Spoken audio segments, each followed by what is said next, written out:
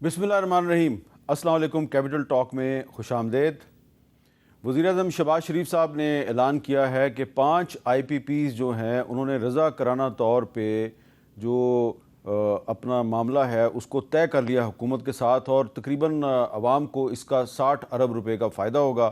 اور اس کے ساتھ ہی ساتھ 14 اور 15 اکتوبر کو اسلام آباد میں ایس سی او شنگھائی کوآپریشن آرگنائزیشن کا اجلاس ہو رہا ہے، اور اس میں بہت سے اہم ممالک کی اہم شخصیات جو ہیں اس اجلاس میں شرکت کر رہی ہیں۔ اس میں پاکستان اور انڈیا کے علاوہ اس میں چائنا کے وزیر اعظم بھی اس میں شرکت کر رہے ہیں، اس میں روس کے وزیر اعظم بھی شرکت کر رہے ہیں، اور اس کے علاوہ اس میں قازقستان، کرغزستان، تاجکستان، ازبکستان اور ایران کی جو اہم حکومتی شخصیات ہیں وہ بھی شرکت کر رہی ہیں۔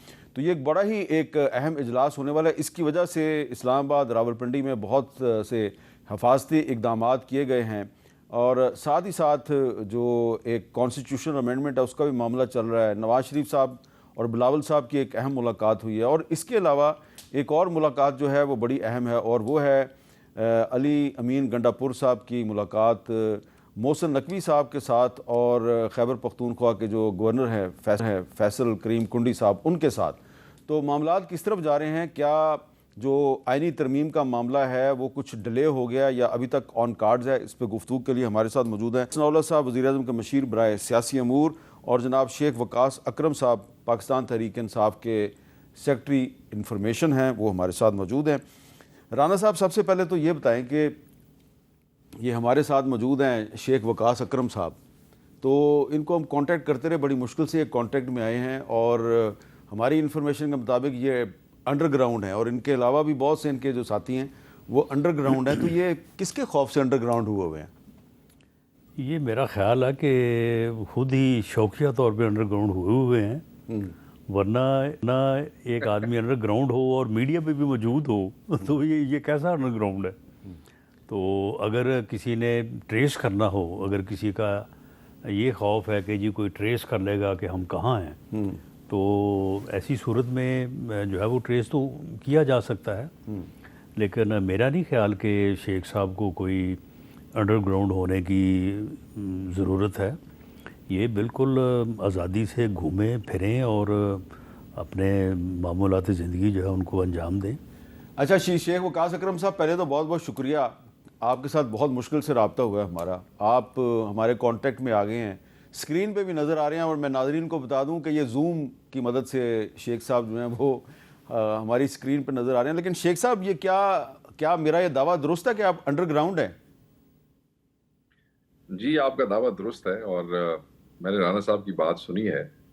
بات یہ ہے کہ میں سمجھتا ہوں کہ بہت سی جو جماعتیں ہیں پرانی، وہ ابھی ٹیکنالوجی کے حوالے سے اور وہ جو جدید معاملات ہیں اس میں وہاں تک شاید وہ نہیں پہنچے، اوکھا ہو جاتا ہے۔ یہ ضروری نہیں ہوتا کہ جس کو سرکار اور ریاست چاہے وہ اس کو ڈھونڈ لے، کیونکہ بہت سی ایسی شخصیات ہیں جن کو یہ بڑے عرصے سے ڈھونڈنے کی کوشش کر رہے ہیں اور وہ ابھی تک ان کو ملی نہیں ہے۔ سو چیزیں جو ہے وہ تھوڑی سی ایڈوانس ہو گئی ہیں۔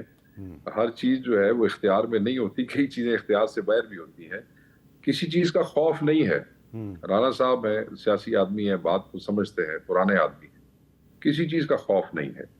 مگر جو ذمہ داریاں ہمیں جماعت کی طرف سے دی گئی ہیں، جس طریقے سے اسلام آباد میں انڈسکریمنیٹ طریقے سے گرفتاریاں کی گئیں، ہمارے ایم پی ایز کی، سواتی صاحب کی، ہمارے درجنوں حقیقی ایم پی اے جو فارم 47 کی روح سے الیکشن آ رہے تھے، وہ کئی تھانوں کے اندر ہیں۔